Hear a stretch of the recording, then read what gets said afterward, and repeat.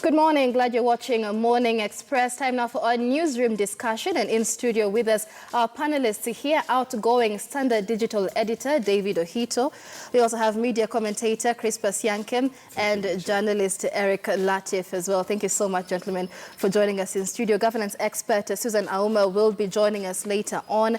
But this week, we're talking about stories that have been making rounds in the newsrooms. And we have drought, being one of the biggest stories. The ESCC change of guard is also among them. And then the voter registration exercise, which has a lot of politics in it. But let's begin with the drought situation in the country. Ohito, as it stands, the CS says that only about 7 counties are facing drought, and that they've managed to mitigate 16 counties so far. And that is a period of about 1 week. What are your thoughts on the situation?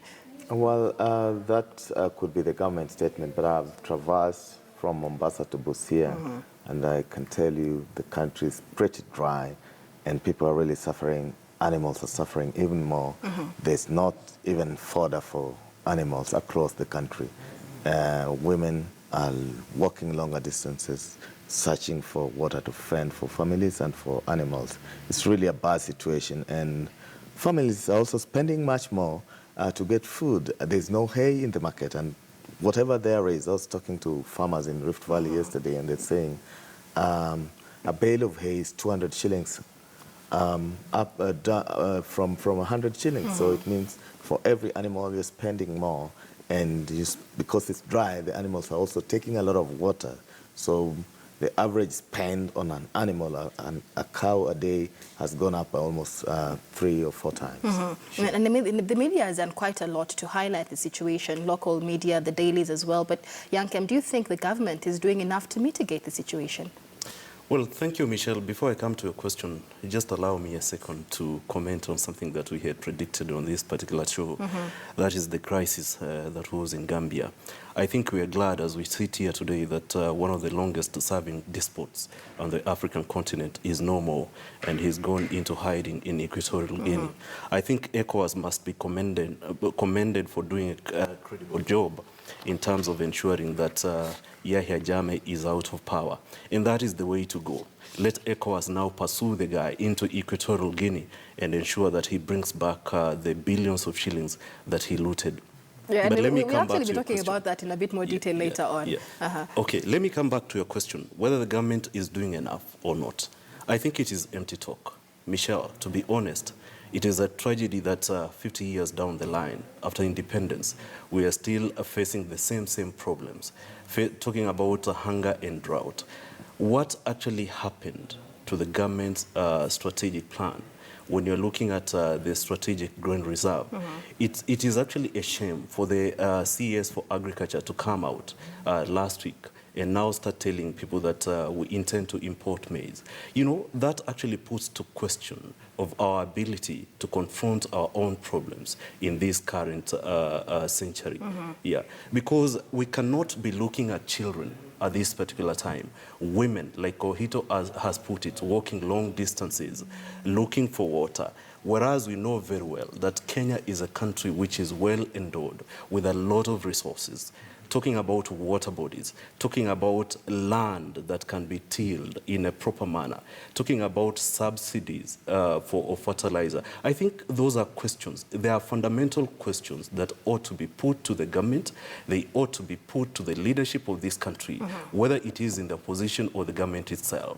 Then, where exactly did the rain start beating us? I think that is the question. Why is it that we still depend on rain-fed agriculture, Michelle, really? Why is it that whenever we run out of maize, the country faces starvation? And I mean, with this case in point, we had the Galana Kulalu irrigation project that had begun, and things like that. It didn't do quite as well as it was expected, but the ministry says it's doing rather well. But Latiff, do you agree with Yankem that the government is engaging in empty talk when it comes to solving this crisis?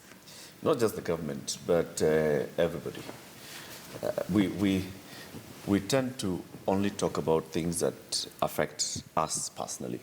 So until that moment when you actually start starving, this whole thing that we're talking about here is simply empty talk. There are people who haven't had a meal. and they're not looking forward to having a meal today. And, you know, there are many. And, well, we highlight them in the media. The media keeps showing this, telling these stories and showing these people. But everybody looks at them and, you know, people who are watching this on TV, people who are reading the paper, people who have means, people who can afford the meal. And they're just looking at it and thinking, oh, yeah, it's actually very sad. And we move on. And the next thing is NASA coming together. How many people have registered to vote? What's the bigger deal here?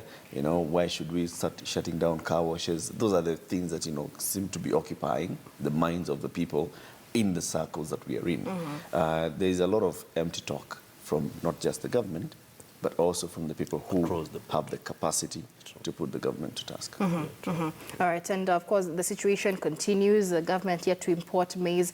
But let's talk about something that Yankem brought before we continue with anything else, the Gambia situation and Yahya Jammeh leaving the country, going to exile, and allegations now that he stole, was it 11.4 million US dollars in that 2 weeks? Make it 1.1 billion shillings. Really, in that so 2 weeks alone that he stuck to power. Understand.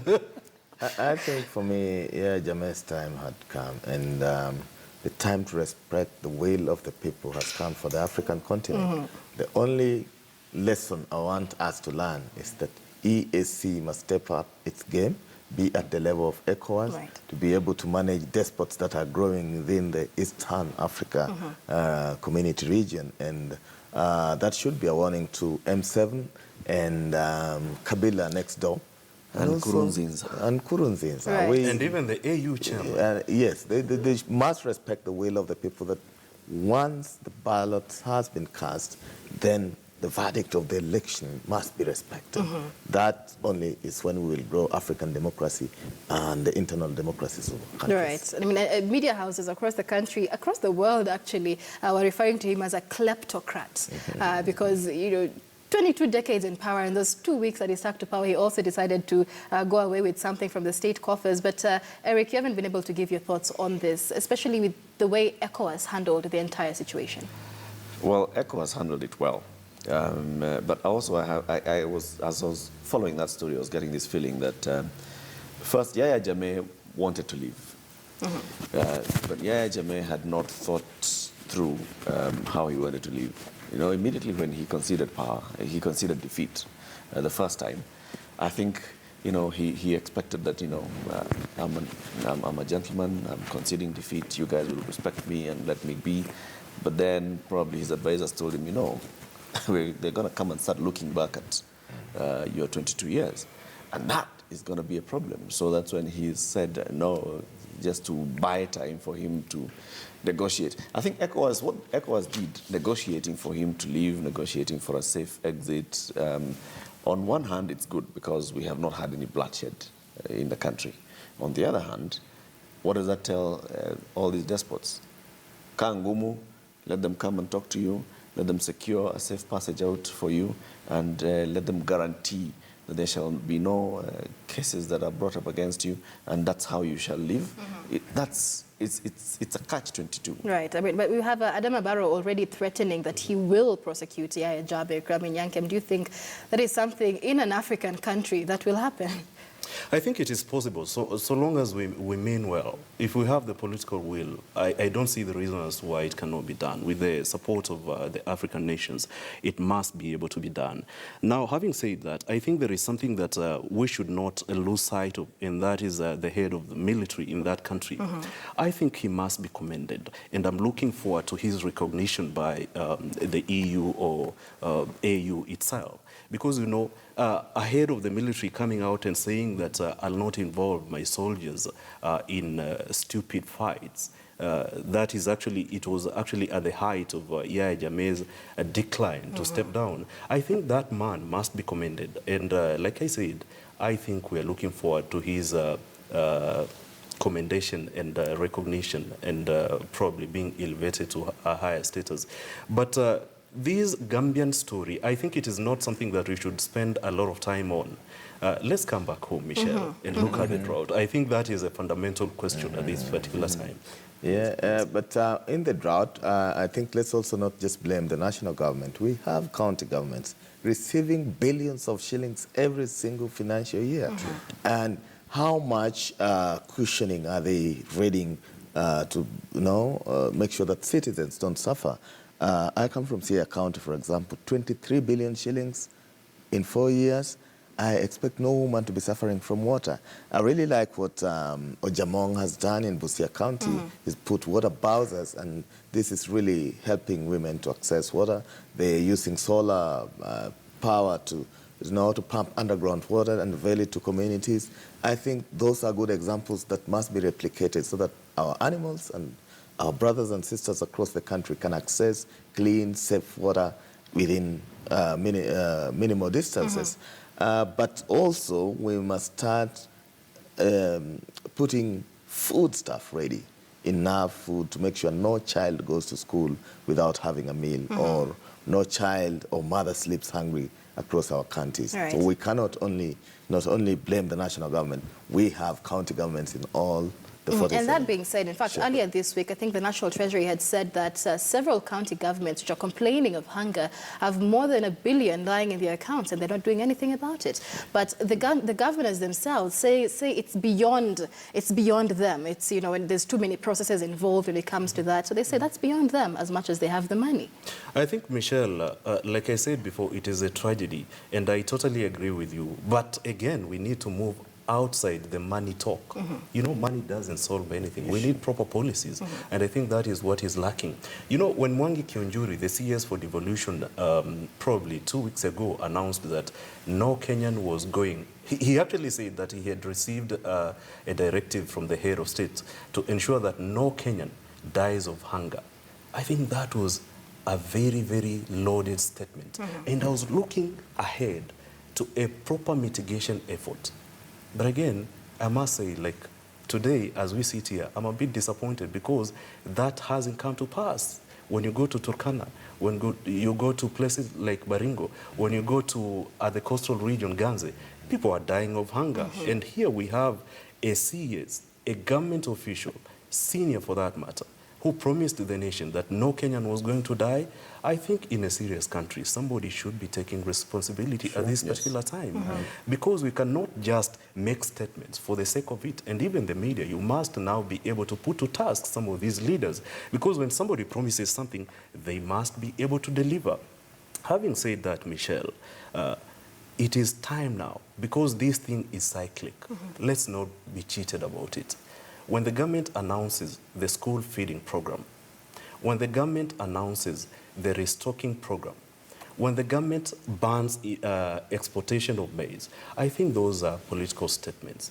And as a nation, we must be able to move beyond political statements and seek solutions that speak to our problems, that inspire confidence, that tell the electorate, fine, as a government we were elected, or as the opposition in waiting, these are the strategies that we shall be able to put in place to ensure that this kind of thing doesn't recur going forward. All right. Latiff, Yankem talks of media ensuring accountability to some of these leaders and what it is they're saying. Earlier last month, the devolution CS, Mwangi Kionjuri, said that relief food worth about $1 billion shillings is going to be disbursed to the counties. When we spoke to our reporters doing spot checks across the country, many of them say no relief food has been disbursed. Do you think the media is doing enough in terms of accountability?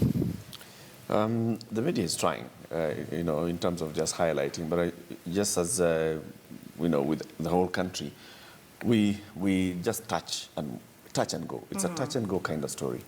But, like what Crispus is saying, how about holding people to account? Who's responsible for this? Who should be standing up and saying, you know what, I dropped the ball? Because somebody dropped the ball. We cannot be getting to a point where we are starting to distribute food now, when people are already in that situation. We should be having food reserves or food rations already on the ground. We should be having food in all these counties that we're talking about now, because it was already clear that there was going to be drought. Did you have any fair warning from the National Drought Management Authority? What does that body do? How much has it done? Has it helped to, tell us about the oncoming drought? Has it done proper reporting? If it has, who received it? And what did they do with it? We keep talking about, this kind of business, because this is business. When you hear 1 billion shillings, there are people who actually sit there and they're looking at 1 billion shillings. They plan for it. They have planned for it. Right, And they're right. thinking, right, so we have 1 billion shillings now. How do we profiteer from? How do we get this 1 billion? And it's not unheard of for relief food to be sold in some of these counties. That It's was a really story in not unheard Samburu, I think not too long ago. But you see, the other story that I think the media ought to pursue, you know, when somebody is suffering from hunger, or starvation for that matter, somebody has gone without a meal for 2 weeks, and then you're giving this person dry maize and dry beans.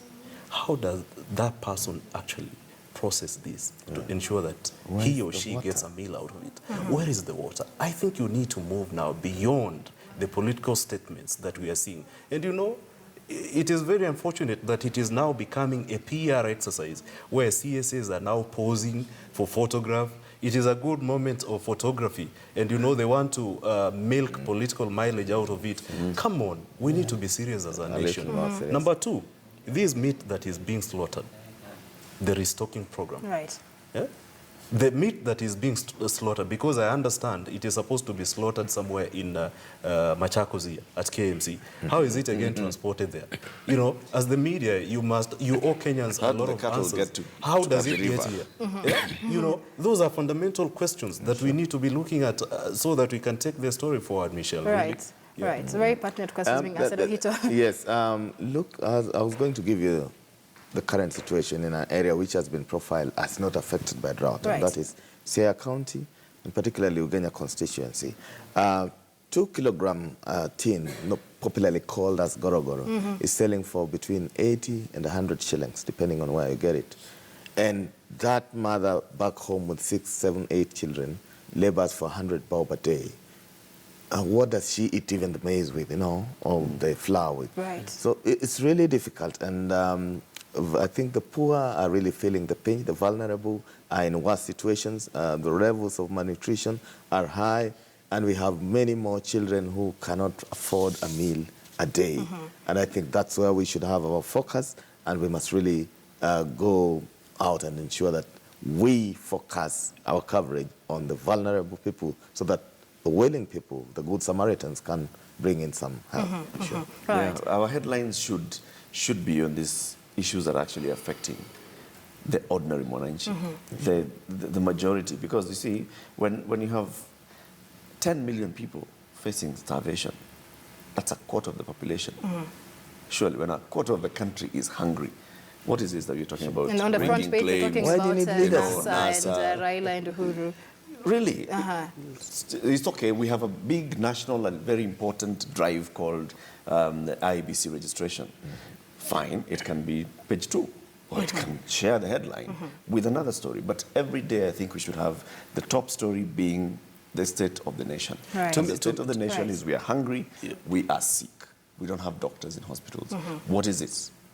What is this that we're talking about? You know, Mudamaki has prayed, or Raila claims there's rigging, or what?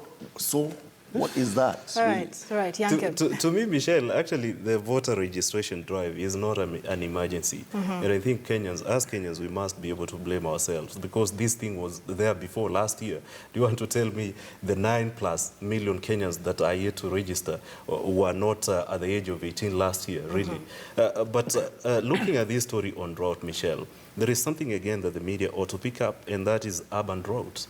You know, when you go to places like Kibera, when you go to places like even Korogocho, when you go to places like even Nakuru, some of those slum areas, you know, we have families who are going without food at all. And you know, these are areas that are not being addressed by the government. Right. We are only focusing on people who are at the far-flung places.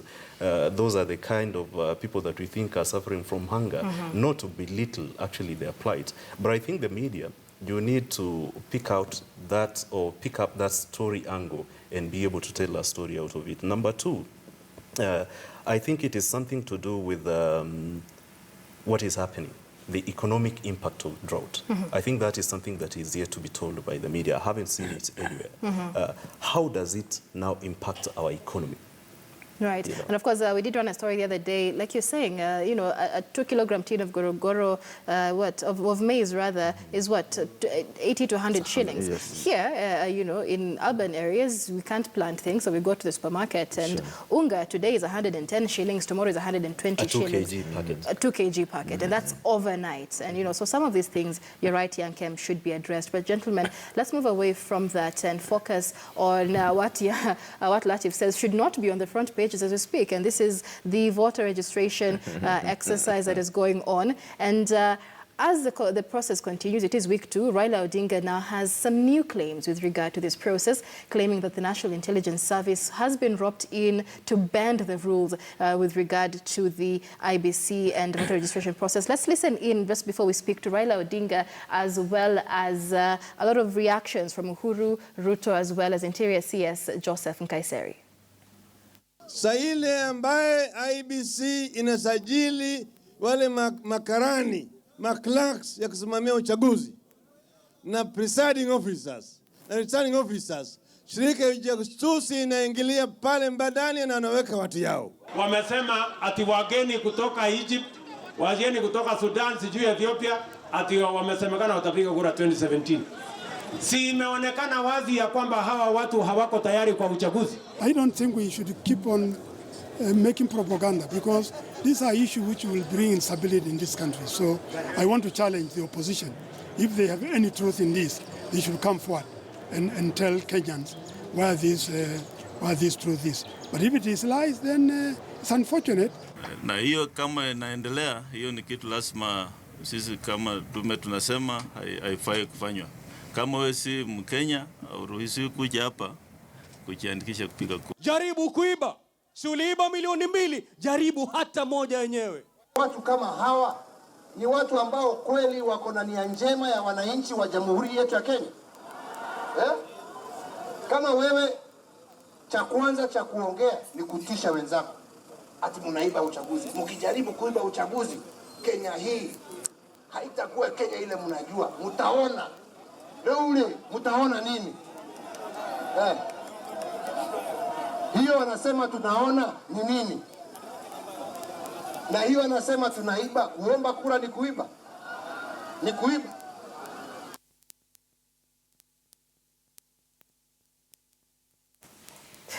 All right, so those are the reactions from Jubilee Party leaders after Raila Odinga alleges that the National Intelligence Service has been roped in the voter registration exercise. And let's now bring in a governance expert, Susan Auma. Many thanks for joining us this morning.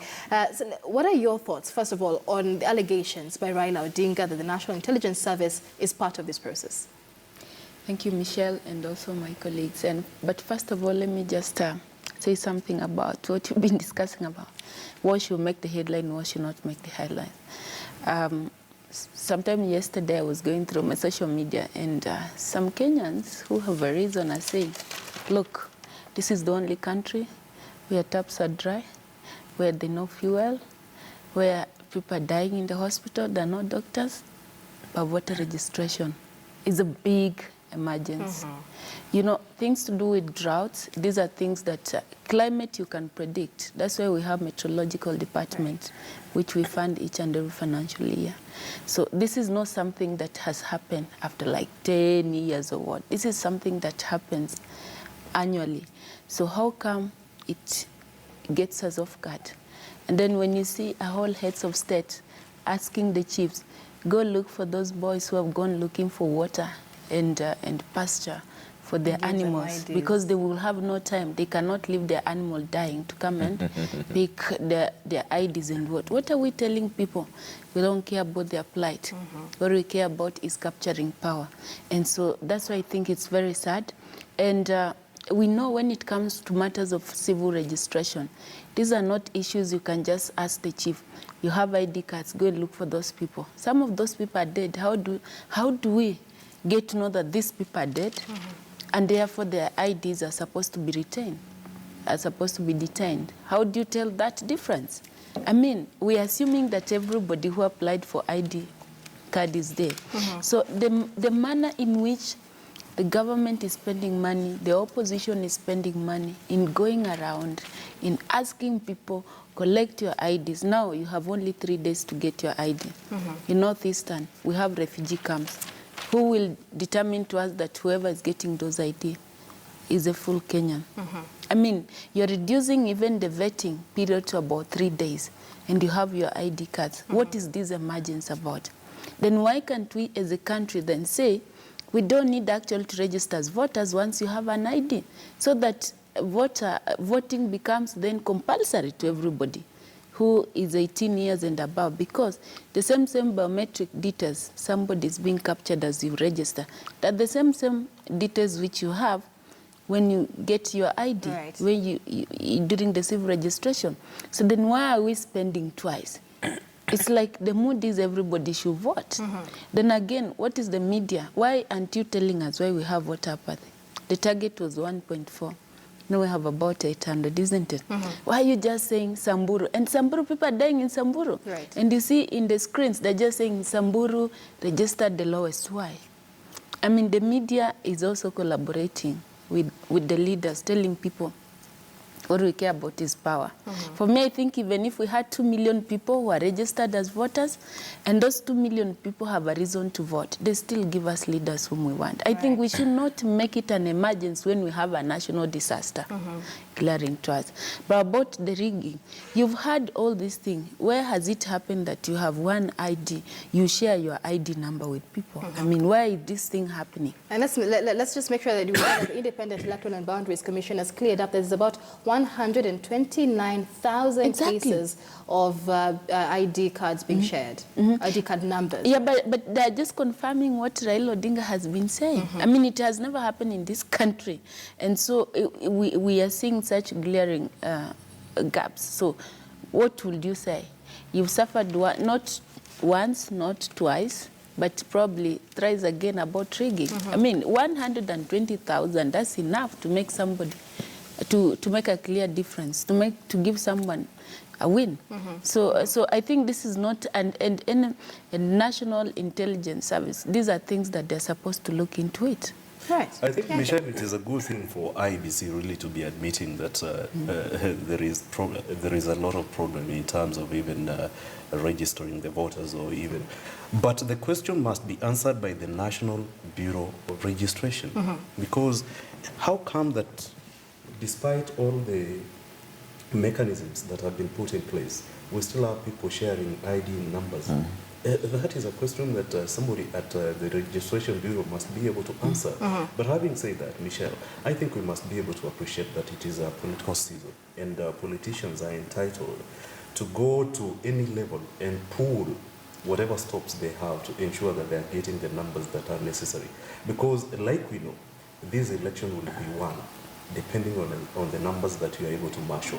And that's why you've seen even people asking for men to be denied sex. We've seen even some farmers telling people, if you have an ID card, you come for a gorogoro of maize. You've seen even other people saying that you cannot enter a public service vehicle if you don't have a voter's card. That is allowed. But again, how does it speak with the law? I think the media ought to question, because I'm not supposed to be coerced to be able to come out and vote. You know, it should be voluntary. But again, the other question that I think the media is missing, it is the question of these leaders are going out telling people that we need the numbers, but they're not telling people exactly what they want to do. Fine, you can ask me to vote for you, but you must be able to convince me that when you get in power, this is what you're going to do. How are you going to address my problems? Coming back to the claims by the Honorable Raila Odinga about NIS and the president hitting back, let me say this, Michelle, that as the media, you have a cardinal responsibility to hold the country together. And I think that is something that must not be able to escape our mind, even as we do our stories, because we know the media speaks to the common person. We cannot underestimate the influence of the media. This is why when Raila Odinga makes such atrocious claims, we must be able to ask, where is the evidence? When a leader, and particularly, let me mention now names, I think I came across a clip that was aired by one of the media houses in this country, a respected media house in this country for that matter. And you know, Ohito, the Kabete member of parliament, was telling locals somewhere in central Kenya that when the opposition takes over power, you know, men will be forced to wear shorts. And even men will be forced to be wiping their noses using their elbows.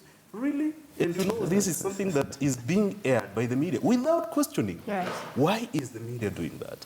You know, as journalists, we are supposed to practice responsible journalism. Let's get back to facts first. You asked a very pertinent question about rigging claims by Raila Odinga. Yes. First of all, let me remind Yankem that voting is a civic right. It's a constitutional right of every citizen to participate in the election. But you cannot coerce we will be talking about that actually just later on, because the IEBC also had something to say on the same. Sure. And when there are such claims, you know, you start asking for evidence. The other day he said he's been double registered. Now he gave the evidence. So truth be told. Yes, and let's not forget let me remind you that 129 registered, IEBC said they were lying about it. Yes, and so did the state say. And the same statement from Kaiseri, I think he needs to be packaged. Whoever is handling his media needs to up his game, telling the opposition leaders to provide evidence. You should investigate fast, you know? As I mean, instead of making reckless statements outside the Harambee House, as a general, I think he should be acting better, and I've always had issues with how he responds to public concerns. Right. 129,000 double registration. It's not just a question of a few numbers. Remember, Raila Odinga was defeated by only 8,000 votes. Yeah. So what are we saying here is that do we have an respected electoral process? Do we have the integrity of our voter registration exercise? Those are the questions. Why is the government fearing audit of the voter register? We went to the election last time without knowing how many people are registered as voters. We only had figures. Now, when it's time to audit the register to know how many ghost guys are in, guys are fretting because they fear the truth.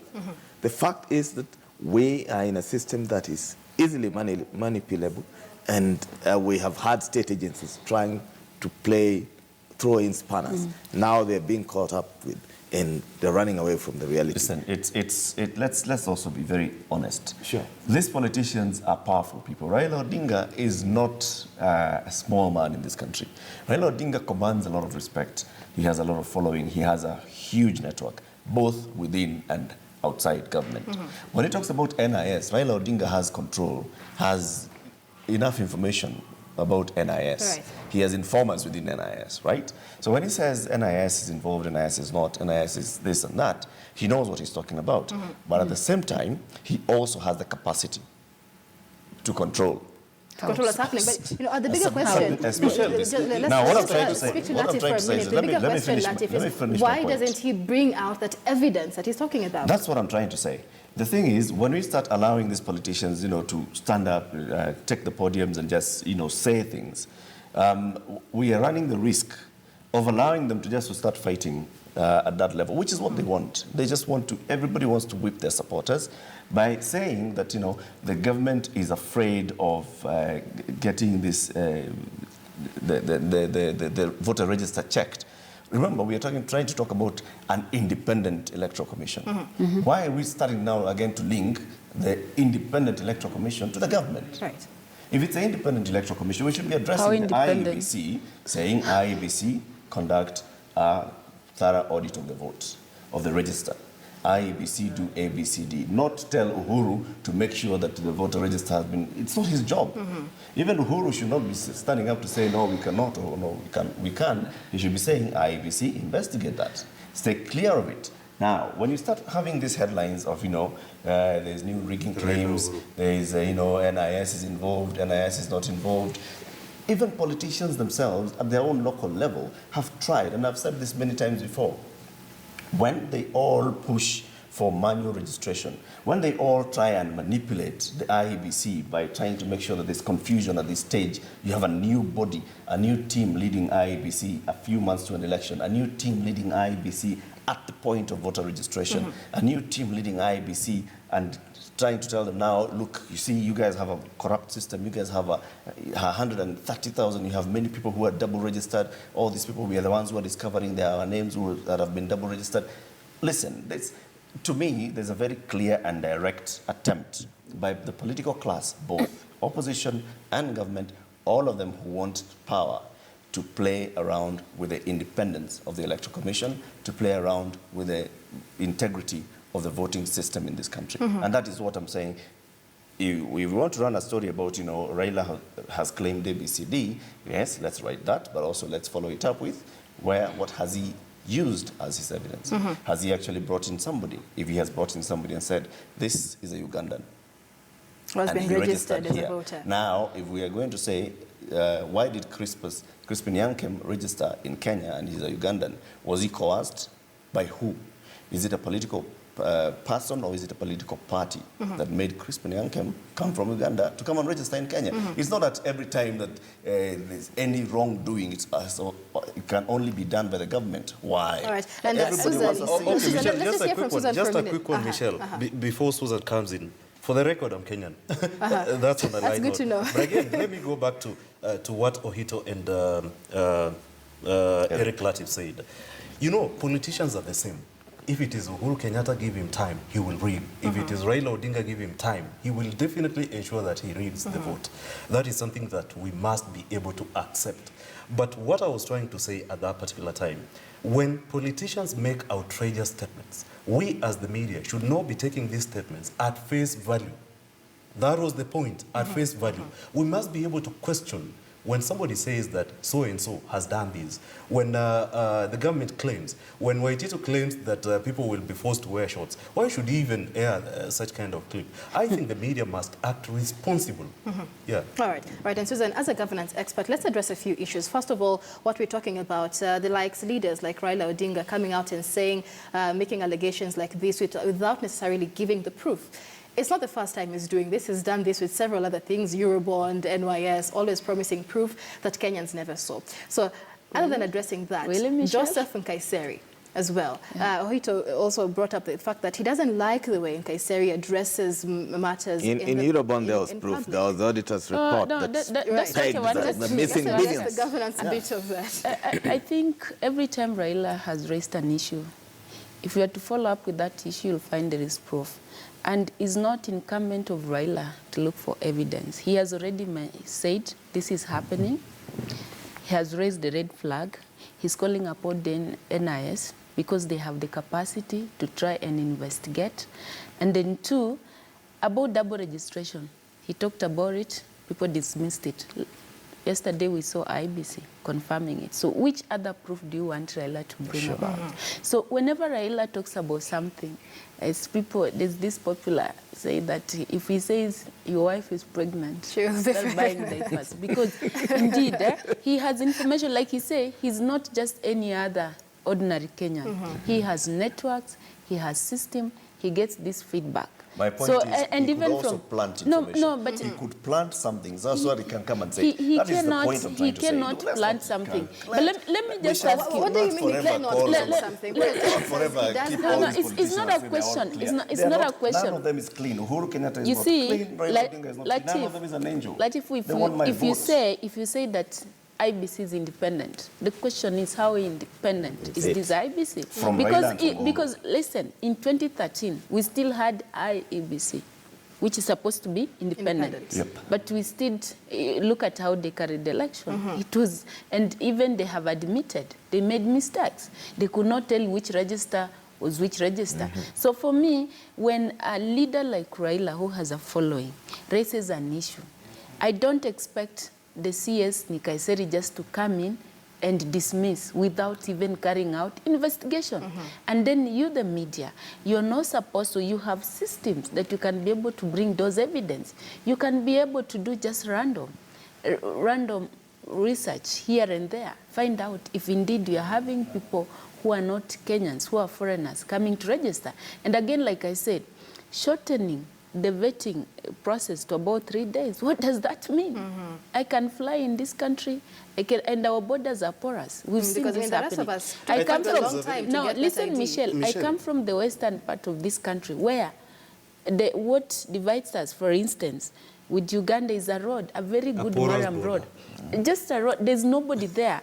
I live this part of Kenya. I do business on the other side. My farms are on the other side. What will prevent me from taking up an ID card on this side? So the thing is, when such claims, one thing is trying to say, we need to safeguard our borders. Because we are likely to be invaded by people who are not even Kenyans, who are coming to tilt the results. But again, we cannot just dismiss. So sometimes I find it in this country, like people just want to do politics about even when a weight issue is raised. A weighty matter is raised. Just before you go, a weighty matter is actually raised by somebody of the caliber, and I keep repeating, somebody of the caliber of Raila Odinga, somebody who is fully qualified to have been president of this country and to even be president of this country. Who has won 2 elections. He claims to have won 2 elections. He has been voted by millions of people. He is, and he has run the government in this country before. Now, when this weighty issue is raised, let's look at it from the point of, can he raise it as an issue? And not forever. Whenever Raila raises something, it's only because he's saying that Jubilee has done. What she's saying, it's possible that your local MCA in that place that has a road that crosses over to Uganda could have imported people. But the back stops at Jubilee? who? Is that Jubilee? No, the back stops at who? At the government. The back at the government. The back stops at the government. All right. Yeah, this will not agree. The government and Jubilee should be separate. We cannot be saying... They've said they're one and the same. Hold on. When it comes to political party and elections, there's a Jubilee party. When it comes to running of government, there's Jubilee administration. No, Michelle, you need to tell us whether it's a Jubilee manifesto. And it's a government. We cannot always be saying that every small... Guys, let's hear from Yankem. Let's hear from Yankem. It's CORD saying versus Jubilee saying. Come on. Can we be people of Kenya? All right. Eric, come on. Now, what I want to say is very simple. For the media, you know the directive by government or the head of state that anybody who doesn't have an ID card should be given within 3 days. That is a weighty directive. But again, how practical is it? Yeah, I think the media must be able to use this opportunity and ensure that they are getting a practical story. Michelle, if you know of somebody who doesn't have 3 an days. use that person to go and apply. Then we see whether it comes out within 3 days. And after getting that again, how practical is it that person would be able to get a voter's card? You know, you should not just be reporting that now the government has said that somebody who does not have an ID. Then again, that directive, does it apply across the country? Because I've been receiving messages and I've been receiving information from some chiefs and from some quarters and even Wananchi saying that, you know, that directive doesn't apply to us. In other parts Why of is the it country? that directive is not enforceable here? Why are chiefs Partisanship. partisan in this process? I think, Michelle, the media ought actually to ensure that whenever such kind of a directive is given, it is enforced, and tell us whether it is practical. Number 2, IEBC. We are glad that the new team is now in place. Chebukati has taken over. We can see some glimmer of hope somewhere. But we know Chebukati seems to have spoken too early. To me, that press conference they had the other day, fine, they started on a very positive note by calling for prayers. But again, they shouldn't have gone ahead to do a press conference that is addressed by Chebukati. You know, Chebukati is still settling in. He doesn't know some of the facts. So when you tell people that when you give people an audit of how many people have been able to register, how sure are you? When you tell people that this is what has been done, how sure are you? But there is a secretariat, Yankem. Not to question. No, I'm saying, but you must be able to be briefed. There's a secretariat. There was a CEO there. No. Wait, I finish. You had your time. Wait, I finish. Now, when you tell the country that according to the audit that we've been given, and I'm not questioning his integrity and the capacity to deliver, but let him take time and get proper briefings from the secretary. Then the voter registration exercise. Let me just mention something, because the headlines today are saying that Central Kenya is leading and somewhere in the Rift Valley. You know, there are only 2 things that explain that. One of them is the fact that majority of people who come from Central and majority of people who come from the Rift Valley are enlightened politically. Let me tell you, Michelle, in 2007, and 2013 contest, what really made Raila Odinga not to win was his own political constituency. That is a fact. Michelle, let's just bring in you guys. We don't have much time before we wrap up. Let me tell you, Michelle. Michelle, the thing is, when you've tasted power, when you are enlightened politically, you have that higher calling ground. Yeah? You know that this is a civic duty. It is not only a civic duty, but I must be able to come out and vote. All right. And that being said, on that same breath, Yankem, there's a lot of issues revolving on the unorthodox manner that many politicians are using to register and ensure that people are registered as voters. And like you're saying, it is a civic right. Same thing that Ohito has said. But IBC says, you know, it's voluntary. It's not a must for you to vote. But in areas like Kisumu, you can't even access Nyalenda now. It is. Allow me to finish my thought. No. To say is, Yankem. No, wait. What I want to say is let's give Yankem 30 seconds to finish his thought. He won't finish within 30 seconds. That the opposition, as they go around the country, they must be able to realize that the stakes are so high. Convincing the electorate to come out on the material day and vote. They know that. Yankem, you're contradicting yourself. You're just contradicting yourself. I don't know, are you the host? I wish Yankem, this Jubilee sympathizer, would also say why are their leaders being chased away from rallies? Exactly. Unlike the opposition. Ohito is making a very outrageous statement. How can I become a Jubilee sympathizer? I know, your statements tell it all, man. We're speaking our mind. When you talk about all right, let's hear Ohito. Let's hear from Ohito. Yes. Let me tell you. When you see the country taking its shape, it's like a river moving in the same direction. You know, you cannot go on telling us that people are more enlightened when the other places are being favored. You go, you register, you get your ID in 2 days. You go to Samburu, it takes 2 years. You go to Sia, it takes 9 to 12 months. And your ID has mistakes, so you got to replace it with another 6 months. You give more BVR kits to one region or two regions because they are friendly, the president and the deputy come from that place, and you expect fairness. This is what we are asking, that the IEBC must show some fairness and objectivity and the distribution of kits and the capturing of new voters. If we do that, then we will have what we call the confidence in that point. In the electoral process. Which is why I keep saying, partisanship. All right. Media should stop focusing on politicians as the personalities. Let's talk about the electoral system. If we stop talking about Raila and Uhuru, we start talking about the system of elections, we are going to go somewhere. But the moment we keep talking about, Raila this, it's because Jubilee has failed. We're not going anywhere. It's because there's favoritism. We are not going anywhere. All right, guys, very pertinent issues raised. Unfortunately, we're out of time, Susan, and we have to wrap up. Many thanks for joining us in studio. No, Michelle, let me say something. But we're out of time, guys. We cannot overrun this. So we were speaking to outgoing Standard Digital editor David Ohito. We also have media commentator Crispus Yankem, journalist Eric Latiff, and governance expert Susan Auma. We thank you so much for joining us in studio this morning. A very heated conversation on surrounding the voter registration exercise, as well as rigging claims by opposition leader Raila Odinga. And that brings us to a close on our newsroom chat this morning. Many thanks for watching. For those on our KTN Home channel, Life and Style is up next. For those on KTN News, we'll be back with the news updates for the hour. Good morning.